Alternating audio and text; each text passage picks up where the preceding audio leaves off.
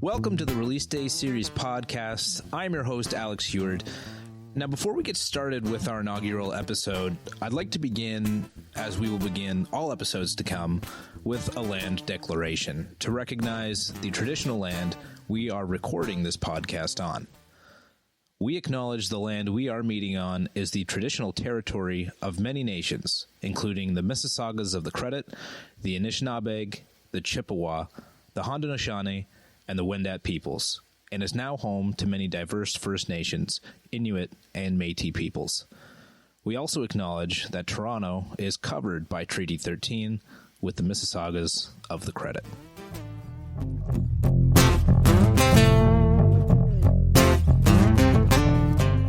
So this is exciting. This is episode 1 of the Release Day Series podcast, and joining me for this is associate producer and editor of the series, Graham Bieri. Graham, here we are, man. We did it. Episode 1. This is episode 1? This is episode 1, man. Oh, man. It's, it's great to be here. I'm glad we did this. It's awesome. It's kind of a long time coming. So this started off in March of 2020. And if anybody knows anything of March of 2020, that's essentially when the COVID-19 pandemic shut the world down and, rerouted the music industry and so many live events industries and the restaurant industry, which, directly affected you, Graham. Yes. Yeah, my restaurant closed, so I was just at home doing kind of not a whole lot. Yeah, man. And then, you jumped in and swooped in, saved your life. You decided. I won't go that far. Okay. But you jumped in and you decided to start the Release Day series. And just for anyone who doesn't know anything about the Release Day series, the short form videos that we release, give me the elevator pitch. Let the people know what's up. Yeah, so this is all about how Canadian artists are releasing their music and the strategies that they're implementing when putting out singles or albums or EPs, things like that. I knew it was going to be different for artists when the pandemic hit, so I was really intrigued. I've always been intrigued through the release process of music and how artists go about releasing their songs, the planning that goes into it, and it's always just been something that's fascinated me. So I thought this was a great opportunity to talk to artists about how they go about releasing their music and how it was going to change through this pandemic. And luckily, there's been a lot of great response to it, including the guys over at Drop-In Entertainment, who really took to the idea and the series idea and have been hosting on the website ever since. And not only them, but you as well, man, which I can't thank you enough for, having interest in what I started working on enough to join in and help me start producing these episodes. Well, I have to say thank you for taking me on. Well, thank you for being available. Thank you. No, we're not doing that. But I did want to kind of touch on, I'd seen the first few episodes, and then I saw episode 3 with Mountain Head come out, and I saw, the visuals that were with that, specifically the intro, but also throughout the entire video. And I was like, this is something that I can learn from a video standpoint, because I never really worked with video. I've done recording, like music recording for a while now, but never video. So for me, I was like... Yeah, because I guess we should just also tee up that this is originally a video series that we had now turned into a podcast. But the videos that Graham is talking about are the video interviews with the artists. So sorry, I just wanted to jump in and make sure that we prefaced a little bit about what the videos are. Yes, the videos are stunning. So after this episode, go watch the videos. Yes. But I saw those videos and I decided to reach out to Alex and say like, hey, like I want to work on this, but this is not how we met. Alex and I met at the Horseshoe Tavern, one of the great, hell yeah, places of Canadian music. I was playing in a band at the time, and we opened for a band that you had just started or were working with, trying to, dip your feet into the band management side of the industry. Yeah. And then we knocked your socks off, and you came up to the lead singer and the lead guitarist after the show, and they sort of relayed it to the drummer and I was playing bass, and we were all like, whoa, it's like this guy just, it's like there's someone that wants to work with us. There's someone that like, who does he work for? Is it Sony, Universal? Which one? Who is it? What is this guy? It was none of them. None of them. It was just Alex. Just, again, like it was cool for us too, because it's like this is someone who's connected with the music and realizes, where we are now, but wants to take us to that next level. Yeah. Yeah, absolutely, man. Yeah, no, it was great. It was great hearing you guys play and, working with you guys throughout that year. And, during that time, I was kind of going out and trying to get a little bit more acquainted with some contacts and got involved with the team over at Indie Week a little bit and helped out with them on Indie Week 2019 and working with Daryl and their team over there. And, they're doing great things. Their Indie Week went virtual for the first time in 2020, as so many things did, and did absolutely amazing. Such great feedback. A lot of people really loved how they did that. So Daryl Hers and his team over there, they care so much about the music industry, and it was an honor, and it still is an honor to know that I got to work with them and still do it at times in some kind of capacity. And that was just a real fun year of trying to reach out and connect with industry people, and that's essentially what led us to being able to put this series together on Dropout Entertainment.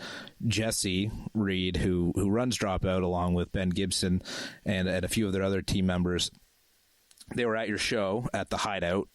Rest in peace to the Hideout here in Toronto. And Jesse really loved what you guys were doing. And he came up to me and he said, hey, great show from these guys. Let me know. Like, I'd love to do an article on them. Then COVID hit, then everything else sort of obviously shut down. And I was like, you know what? I would still love to be involved in some way in the music industry while I'm locked at home, with my wife and child and new child to be. But I still wanted to be involved somehow in the industry. I reached out to Jesse and said, hey man, I've got this idea. I'd love to do it. And would you have it on Dropout? And he said, yes. And they've been hosting it ever since. And, really grateful to them and that team for buying into the series and continuing to put it up there. And one thing I don't want to glaze over here is that you are an artist yourself, and you started your own project, Bedroom Antics, when this whole thing started. So, you definitely have some takeaways from these episodes as well that you I'm sure consider putting into your own musical releases. Oh, definitely. Definitely always like watching and seeing what, other artists are doing, and like, it doesn't need to be picking that exact thing that they did. Just being like, okay, how can I think outside of the box, and how can I like use their what they did maybe as a stepping stone to get to the next idea, or, again, sometimes just pick exactly what someone else has done, right? Like if it works, it works. So yeah, through Bedroom Antics, I do make music. It's, kind of guitar driven lo-fi. But I'm also doing a sort of synth demo series on my YouTube channel. And that's just become kind of an extension of the Bedroom Antics. We're going to call it brand. Yeah. You've done a great job branding yourself around with Bedroom Antics, from social media to YouTube, all those things. It's all very, very cohesive. And, and I think if there's an episode to take away cohesive branding from, it's from Mountainhead. Those guys, they're episode 3 of the video series, and we'll be releasing their full length soon. But man, those guys know how to approach branding their music. It's my favorite episode, I think, so far.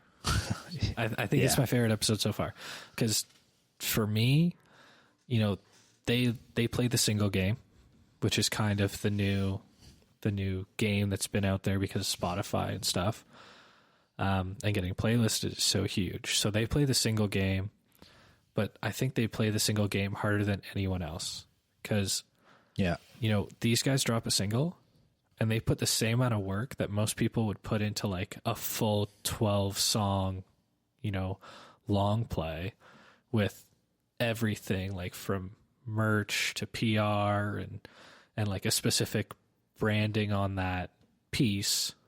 These guys are doing it for a single, right? Yeah. So it's like they're dropping a single and like it's gonna have, you know, a t-shirt. It's gonna have like a look. Like they talked about being like this single, I forget exactly which one it is, but they do talk about having a single and being like, these are the colors, right? They pick some colors. Gaslight, I think, is what is the Gaslight was Yes. like a lot of greens. They used a lot of different items, and that's the nice thing about this being a video series is that we layer all of these images on top. You know, it's not just two talking heads. You're not just a third wheel on a Zoom call. You know, we put images over it. You know, we put the photos of the artists. We show you their branding. We show you their marketing and their promotional strategies as they're talking about it.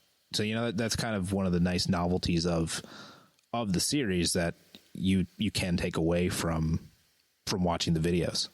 And I think that's what sets this apart from just a normal interview, that and the fact that you're talking about the release, because that's something that no one really talks about. You talk to artists like when they're in the studio, right? And people talk to artists once the album's out and it's gone platinum. It's like, but how do you get your, you know, something that we've talked about before, like how do you get your stuff on a billboard? Yeah, exactly. Yeah, what goes into kind of getting yourself there, you know, and that's a lot of what I was thinking when, you know, the idea came. It was like, you know, who has, you know, where can you hear some of these stories? And, you know, I think being able to talk to artists, to hear them share this side of it is just, it's just different. And, yeah, you know, like you were mentioning before, you know, these are 45-minute to an hour interviews that we cut down to 5, 6, 7-minute long, you know, video interviews, but there's so much within these interviews that, you know, we knew we wanted to release in full at some time, which led us here. So episode 2 is going to begin with Stephen Stanley. Now he's episode 8 of the video series, but his conversation, it was just so easy to talk with him. And so Steven's an industry veteran. He's been playing for years. He started out with an iconic Canadian alt-rock band known as The Lowest of the Low. He's now moved on to his own solo project, the Stephen Stanley Band, and yeah, he just released his first live album called Live Static Roots, and they recorded that in Germany, and that was the focus of his episode and his interview. And man, just a great guy, just a great personality, and again, just so easy to talk to. Just kind of one of those guys where we just started talking and it's like we'd been friends for years. And I think that episode is for sure the one that really made us be like, this needs, like, everyone needs to be able to listen to this. Yeah. Because they are such good conversations. They are, you know, full of, you know, even if it's a little tidbit of information or like, you know, hearing a little bit more backstory behind someone or like hearing some of the crazy stuff that doesn't make that cut. I think it's really cool. And talking about industry veterans, you know, you talk to Stephen Stanley, and another guy is Julian Taylor, who kind of similar, started with one band, Staggered Crossings, and then went on to do his own stuff. And he's been everywhere.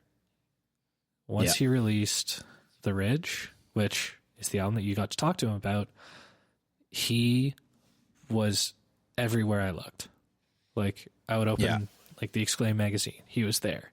Open up my phone and just be on Facebook and stuff, and he was there. Instagram, Twitter, it was like he was everywhere, nominated for everything, doing so much.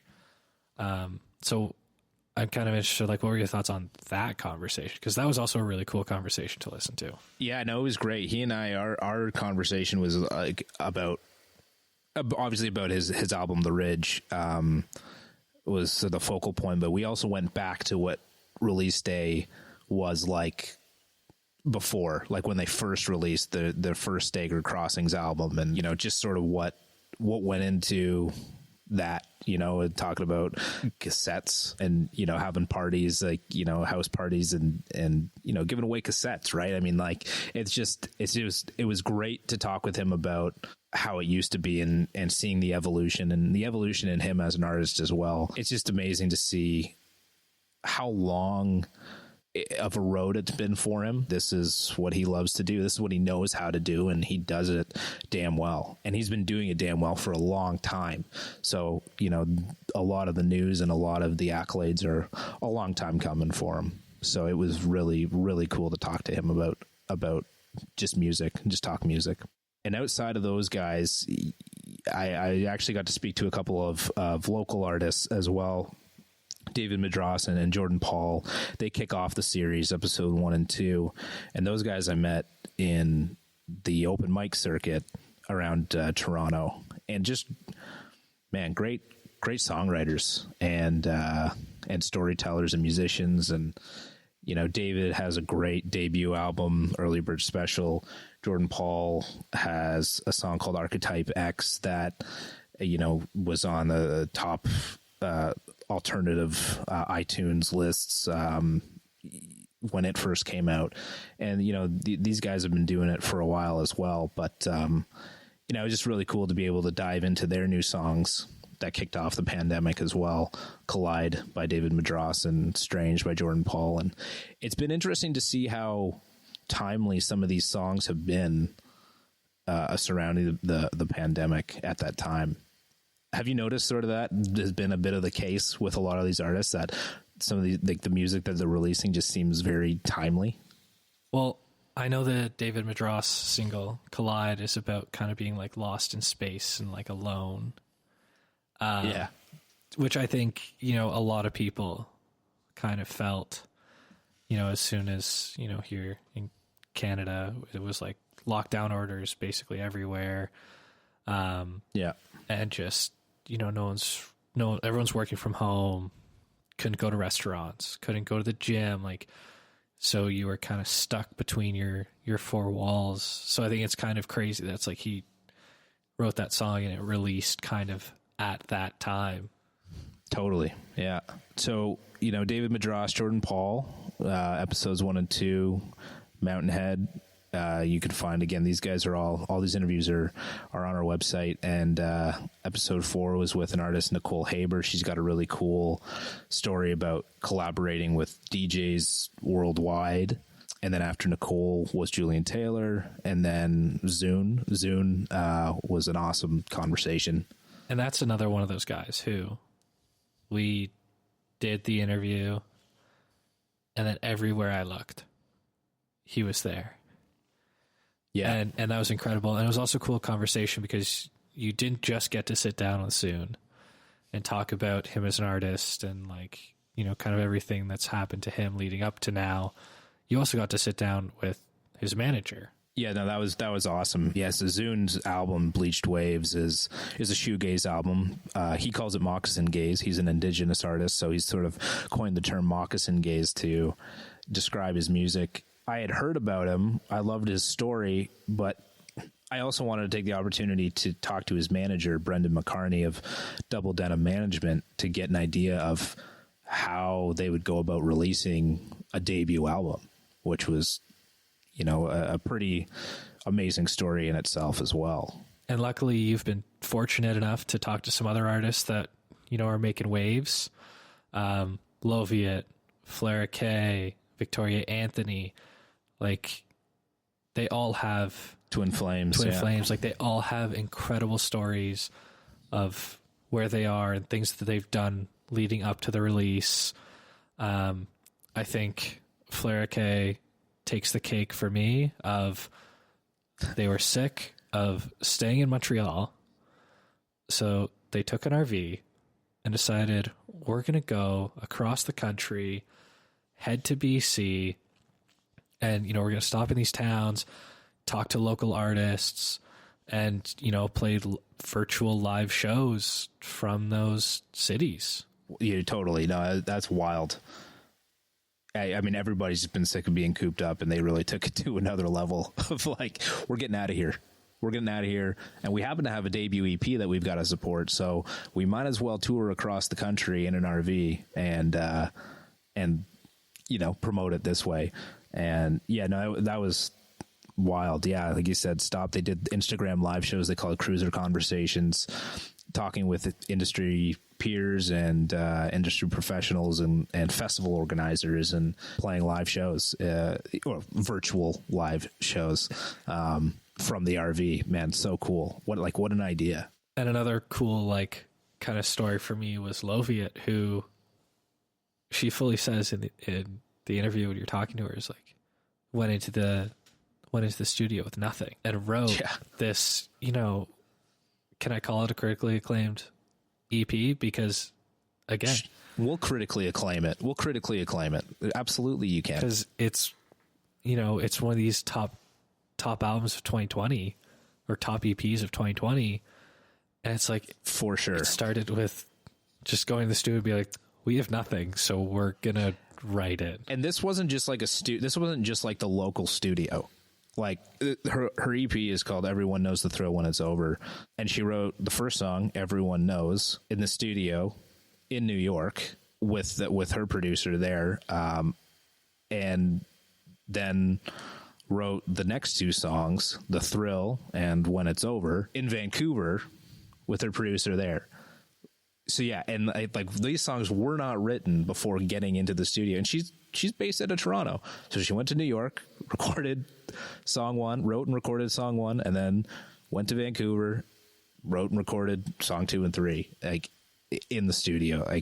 And it is one of the best EPs of 2020, for sure. And then another cool release thing that we talk about in episode 11 of the video series is with Twin Flames, and they talk about their new album, Omen, where they did, they had a roadblock of, well, we can't just do a live show like they'd done in the past. And they were like, well, how can we still connect with our audience? And how can we, still have that kind of personal attachment to this album without being able to be in the same room as them? So they came up with what they call the 12 Days of Omen, and we get to dive in, and you specifically get to dive in and talk to them about what that meant and what they did to lead up to their release of their album. Yeah, very fan engaging was their approach, delivering stories and background information on each song leading up to the release of the album, which was, again, just artists getting creative in a world where it just, it can be tough to get creative in. But this is what these artists do. This is their livelihood. And I think that's been the biggest takeaway through this pandemic, is the resiliency of the Canadian music industry and the Canadian musicians. We've seen a lot of venues go down. We've seen a lot of shows get canceled, and there's a lot of bad news. 2020, let's face it, there was a lot of bad news, but through it all, these artists have been, busting their tail to be creative and come up with new ways of engaging and, continuing to make a living through their art and what they love doing. So, I can't commend our music industry enough for what they've done. Definitely. And, it's not just the artist, it's a big family. And I know you have some specific shout outs that you want to do for people that aren't artists. Yeah, absolutely. Yeah, no, we've gotten some great support from industry professionals that, it just means a lot to us to know, that you appreciate the series and have reached out with artists for us to have part of the series. So thank you, Brent Jensen, Eric Alper, Beth Kavanaugh, Paula Danielovich, just the support that you've given this series and the confidence you've given us to keep moving forward. Can't say thank you enough for that. So thank you. It means a lot. So there you have it. That's episode 1 for you in the books. Graham, did we forget anything?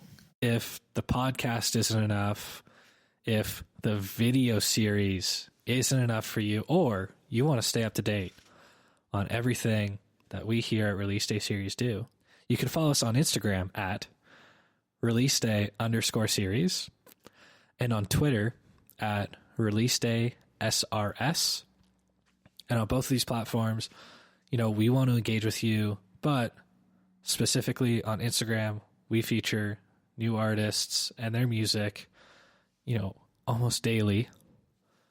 So this could be the place that, you hear your new favorite artist. Yeah, absolutely. And if you're an artist and you want to be featured on our platform, please send us your EPK, send us your music, send us what you've got. DMs. Absolutely. Yeah. And, we take a listen and be happy to share and promote your release. Cause that's the other thing, we do is we want to celebrate your release day, and, if you let us know when that album is coming out, we'll be sure to give you a shout out on Instagram, on Twitter, and, make sure that we're a part of promoting your new project. And if you're a fan and you really appreciate what we're doing here, or, even as an artist, really appreciate what we're doing, if you could share the podcast or give us a nice 5-star rating along with any positive comments to help spread the word about the series and these fantastic musicians. I really hope you would do that and just be a part of helping to create and build on the community that we have so greatly been able to be a part of here in Canada. And I'd also like to say thank you to Evan Denley, our good friend, who is doing the theme music for this series. It's pretty cool to have a musician and know a musician that can put some theme music to our podcast. And Graham, thank you to you, man, for everything and being a part of this. And obviously, and thanks for having me on the podcast.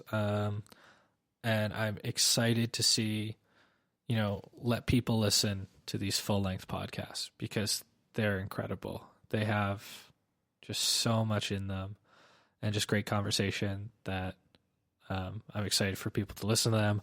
I'm excited for people to watch the videos that we produce. We love that we're, kind of shoehorning ourselves in to this community, and everyone's been very nice and open and welcoming us with open arms. So thank you, Alex, for having me on.